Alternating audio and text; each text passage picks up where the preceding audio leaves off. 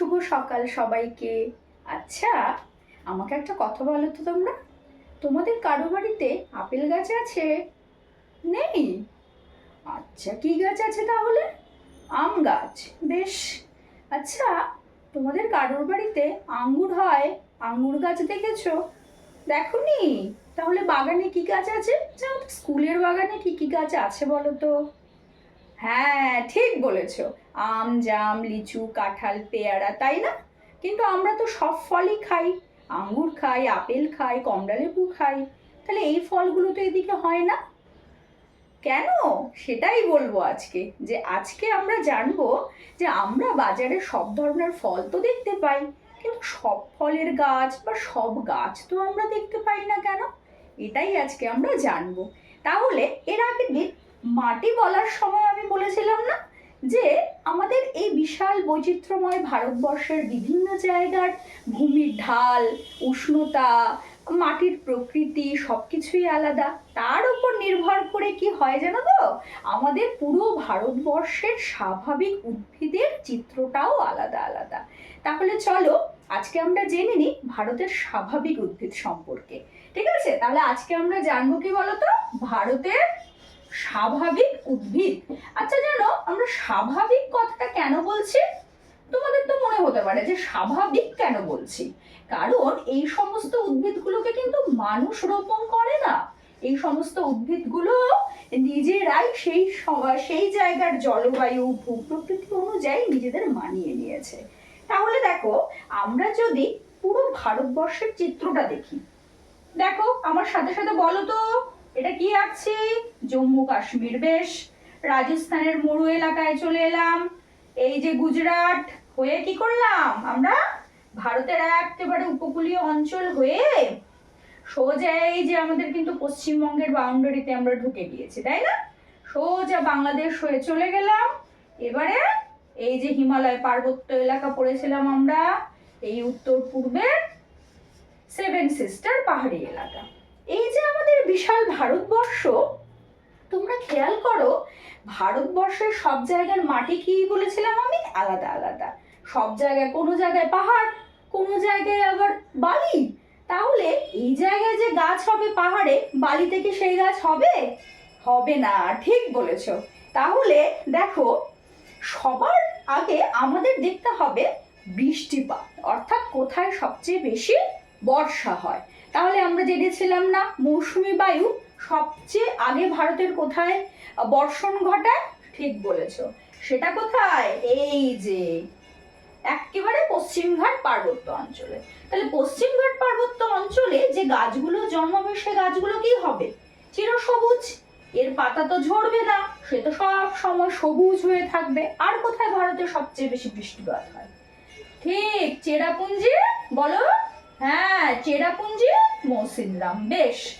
এই চেরাপুঞ্জি, মৌসিনরাম এবং পশ্চিমঘাট পর্বতমালা, তাহলে এখানে তো সবচেয়ে বেশি বৃষ্টিপাত, আর্দ্রতা বেশি। তাহলে এই জায়গায় কি গাছ জন্মাবে? না, ক্রান্তীয় চিরহরিত বা চিরসবুজ অরণ্য। চলো আমরা একটা ইন্ডেক্সের মাধ্যমে দেখে নিই। তাহলে এই জায়গায় আমরা বললাম যে কি গাছ জন্মাবে? ক্রান্তীয় চিরসবুজ। বেশ, চিরসবুজ, কারণ এ গাছের পাতা তো কখনো ঝরেই না, চিরসবুজ হয়ে থাকে। এবারে দেখো একটা জায়গায়, ঠিক এই জায়গাটা খেয়াল করো তো, চেনা চেনা মনে হচ্ছে খানিকটা। হ্যাঁ, পশ্চিমবঙ্গ, তাই না? এই যে উড়িষ্যার কিছু এলাকা। এই জায়গাটাকে একটু বাদ রাখলাম, পরে বলছি কেন। ঠিক আছে, এই জায়গাতে যে গাছগুলো জন্মাবে, আমাদের এখানে কি হয়?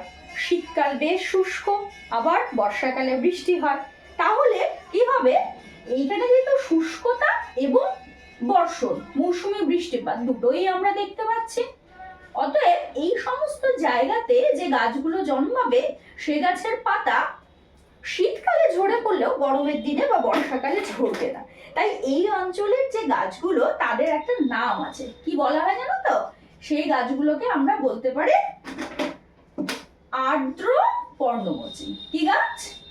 আর্দ্র পর্ণমোচী। কারণ পর্ণমোচী মানেই তো আমরা জানি পাতা মোচন করে দেয়, অর্থাৎ ঝরিয়ে দেয়। এবারে পর্ণমোচীর পরে আর্দ্র পর্ণমোচী তো গেল। এবারে দেখো, এই যে মরুভূমির খানিকটা শুষ্ক এলাকা বাদ রেখে এবং পার্বত্য অঞ্চলটাকে বাদ রেখে আমরা যদি পুরো এলাকাটা দেখি, আর এইখান থেকে একটু এলাকা বাদ রেখে দিচ্ছি, এই পুরো এলাকায় কিন্তু শুষ্ক ঝোপঝাড়, বেশ খানিকটা বিস্তৃত, কিছুটা পর্ণমোচী বৃক্ষ সবই আমরা দেখতে পাই।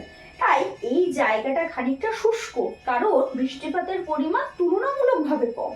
তাই এই জায়গায় এক ধরনের বৃক্ষ জন্মায়, তাকে সেটাও পর্ণমোচী।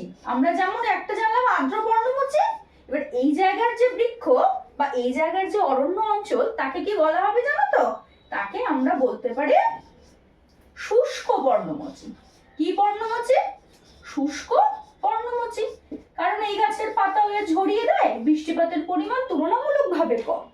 এবারে আরেকটা জায়গায় চলে এসো। আমরা এই যে এখানে কি আছে বলো, তুমি বলো। জম্মু কাশ্মীর। জম্মু কাশ্মীর মানে কি? ঠান্ডা পাহাড়ি এলাকা।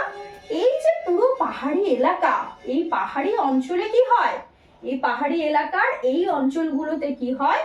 তুষারপাত হবে। পার্বত্য এলাকা, ঠান্ডা বেশি, তাই এই জায়গার বনভূমিগুলোর না একটা আলাদা বৈশিষ্ট্য আছে। বেশ পাইন গাছের মতো দেখেছো ছবিতে, সে পাইন গাছ বা এই এলাকায় যে সমস্ত গাছগুলো জন্মাবে তাকে আমরা কি বলবো জানো তো? পার্বত্য অঞ্চলের বনভূমি, বা আমরা সংক্ষেপে চলো লিখে দিই পার্বত্য বনভূমি। হয়ে গেল পার্বত্য অঞ্চলের বনভূমি। এবারে তোমরা আমাকে বলো, ম্যাপে তো তোমরা দেখেছো এই অঞ্চলটা কি, এটা বলো। হ্যাঁ ঠিক বলেছো, এটা কি? মরুভূমি এলাকা, শুষ্ক, তার নিচেও খানিকটা শুষ্ক অঞ্চল। এবারে যেহেতু এই পশ্চিমঘাট পর্বতের পশ্চিম ঢালে, অর্থাৎ প্রতিবাদ ঢালে তো বৃষ্টি হয়ে গেল, অনুবাদ ঢালে কি বৃষ্টিটা হবে? সেভাবে হবে না। তাই এই অঞ্চলেও কিন্তু খানিকটা শুষ্ক প্রকৃতির কাটা ঝোপ দেখা যায়। এই অঞ্চলের যে উদ্ভিদ তাদেরকে আমরা কি বলি? তাদের বলা হয় মরু উদ্ভিদ। একদম, তাদের কি বলা হয় না? মরু উদ্ভিদ। তাহলে বা বলতে পারি মরু অঞ্চলের উদ্ভিদ। আমি সংক্ষেপে এখানে লিখছি মরু উদ্ভিদ। ঠিক আছে, গেল। তাহলে ক্রান্তীয় চির সবুজ দেখলাম, আর্দ্র পর্ণমোচী, শুষ্ক পর্ণমোচী, পার্বত্য বনভূমি, মরু উদ্ভিদ। আরেকটা মজার জিনিস দেখো, আমাদের বলো তো রয়্যাল বেঙ্গল টাইগার কোথায় পাওয়া যায়? বলো, তুমি বলো জুই। হ্যাঁ, রয়্যাল বেঙ্গল টাইগারের নাম শুনেছো না? সুন্দরবন। ঠিক বলেছো। তাহলে সুন্দরবনটা কোথায়? আমাদের পশ্চিমবঙ্গের একেবারে নিচের অঞ্চল সুন্দরবন। হয়ে গেল।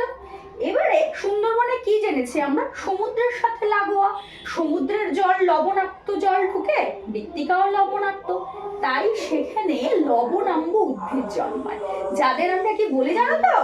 এই লবণাম্ব উদ্ভিদকে আমরা বলি ম্যানগ্রোভ। কি বলি? ম্যানগ্রোভ। বেশ, এই লবণাম্ব উদ্ভিদকে আমরা বলি ম্যানগ্রোভ উদ্ভিদ। কি বলি? ম্যানগ্রোভ। তাহলে লবণাম্ব উদ্ভিদের কয়েকটা উদাহরণ আমাকে বলো তো। ও জানা নেই? আমি বলছি, হেতাল, পারেক, সুন্দরী, গড়ান, গেওয়া, এসব কিছুই হলো ম্যানগ্রোভ অরণ্য অঞ্চলের বৈশিষ্ট্য, যারা লবণাক্ত মৃত্তিকাতে জন্মাতে স্বাচ্ছন্দ্য।